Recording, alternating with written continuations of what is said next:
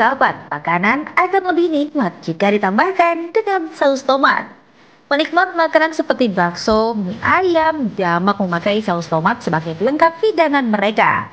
Bahkan ayam goreng pun jauh lebih gurih jika dicocokkan dengan saus tomat. Saus tomat memang sering digunakan menjadi pelengkap. Ia membuat makanan menjadi lebih lezat, terutama makanan cepat saji.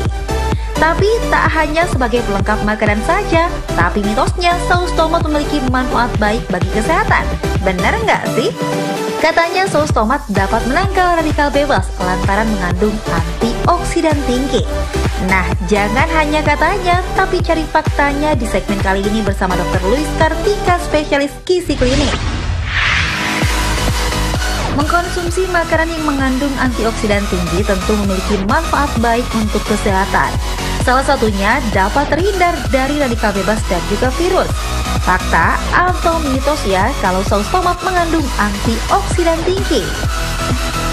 Itu adalah mitos. Saus tomat tidak memiliki kandungan antioksidan yang tinggi, berbeda dengan buah tomat segar. Saus tomat kemasan sendiri sebenarnya tidak terbuat dari buah tomat, melainkan dari bahan lain seperti pepaya atau ubi yang kemudian mengalami proses kimia sehingga tidak memiliki kandungan nutrisi seperti buah tomat segar.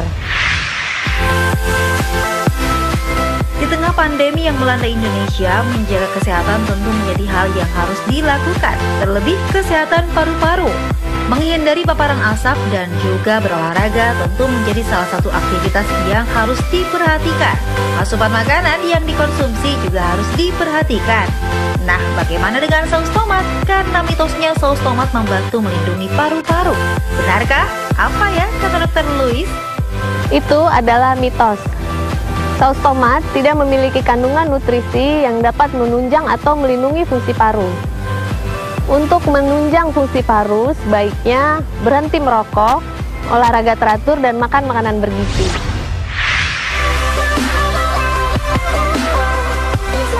Orang dengan diabetes tak dianjurkan mengkonsumsi makanan yang mengandung gula tinggi. Hal ini dikarenakan dapat membuat kadar gula dalam tubuhnya meningkat dan membuat sistem kekebalan tubuhnya menurun. Lalu bagaimana dengan mengkonsumsi saus tomat? Karena mitosnya saus tomat mengandung gula tinggi. Yuk tanya lagi sama Dr. Louis, itu fakta atau mitos? Itu adalah fakta. Saus tomat memiliki kandungan gula yang cukup tinggi.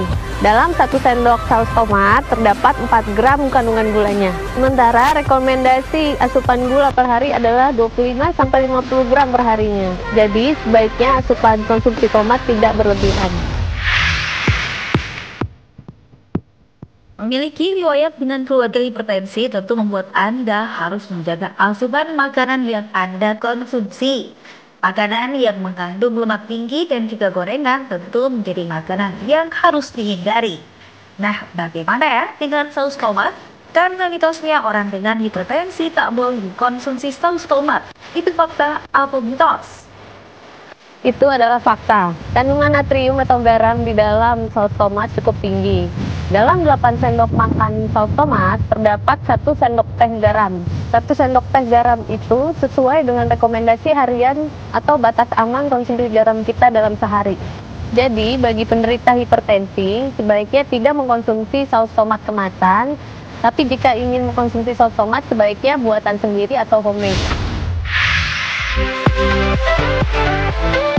Nah, ada lagi nih, mitosnya konsumsi saus tomat dapat membantu mencegah batu empedu loh. Wah, betul nggak ya? Tapi itu fakta atau mitos? Itu adalah mitos. Batu empedu sendiri terjadi akibat endapan cairan empedu yang dikarenakan kelainan metabolisme dan juga pola makan yang tidak baik. Untuk mencegah batu empedu, sebaiknya memperbaiki pola makan, yaitu mengurangi konsumsi lemak, kemudian makan serat yang cukup dari buah dan sayur. Menjaga daya tahan tubuh agar terhindar dari paparan bakteri dan juga virus tentu harus Anda lakukan. Terlebih di masa pandemi seperti saat ini, stres menjadi salah satu penyebab imunitas tubuh menurun. Nah, mengkonsumsi saus tomat mitosnya dapat membantu menurunkan stres. Wah, benarkah? Yuk tanya lagi sama Dr. Louis, itu fakta atau mitos? Itu adalah mitos. Saus tomat tidak berhubungan dengan tingkat stres seseorang. Stres itu sendiri sebenarnya merupakan respon tubuh yang meningkatkan hormon kortisol di dalam tubuh kita. Untuk menghindari stres, sebaiknya melakukan pola hidup yang lebih sehat seperti tidur yang cukup, makan teratur, dan juga olahraga yang teratur.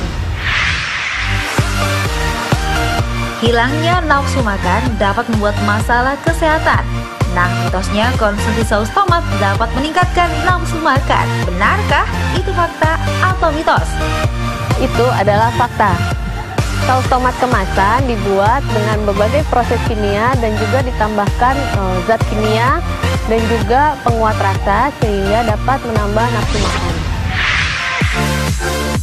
Fakta mitos selanjutnya katanya saus tomat mengandung bahan pengawet. Wah, benarkah? Bahan pengawet sendiri jika dikonsumsi dapat membuat gangguan kesehatan pada tubuh Anda. Tapi itu fakta atau mitos? Itu adalah fakta. Saus tomat kemasan sebenarnya tidak dibuat dari buah tomat asli, melainkan dari bahan-bahan lain yang kemudian ditambahkan dengan bahan kimia dan juga bahan pengawet supaya dapat bertahan lama. Sehingga jika dikonsumsi berlebihan dan dalam jangka waktu yang panjang akan menyebabkan berbagai penyakit degeneratif seperti gangguan ginjal dan juga gangguan liver. Jadi sebaiknya tidak dikonsumsi berlebihan dan juga dalam jangka waktu yang panjang. Supaya mendapatkan manfaat untuk kesehatan setelah mengkonsumsi saus tomat, simak dulu tipsnya berikut ini. Jadi yang perlu diketahui, saus tomat kemasan itu berbeda kandungannya dengan saus tomat buatan sendiri. Saus tomat kemasan tidak terbuat dari buah tomat, melainkan dari bahan-bahan lain yang kemudian ditambahkan zat aditif, zat kimia, dan juga penguat rasa. Sementara saus tomat buatan sendiri yang terbuat dari buah tomat asli mengandung nutrisi, vitamin, antioksidan, dan juga likopen yang sangat baik untuk kesehatan tubuh. Saus tomat kemasan mengandung natrium atau garam yang cukup tinggi. Jadi, untuk penderita hipertensi sebaiknya tidak mengkonsumsi atau konsumsinya harus dibatasi. Selain natrium, saus tomat juga mengandung berbagai pengawet dan juga penguat rasa.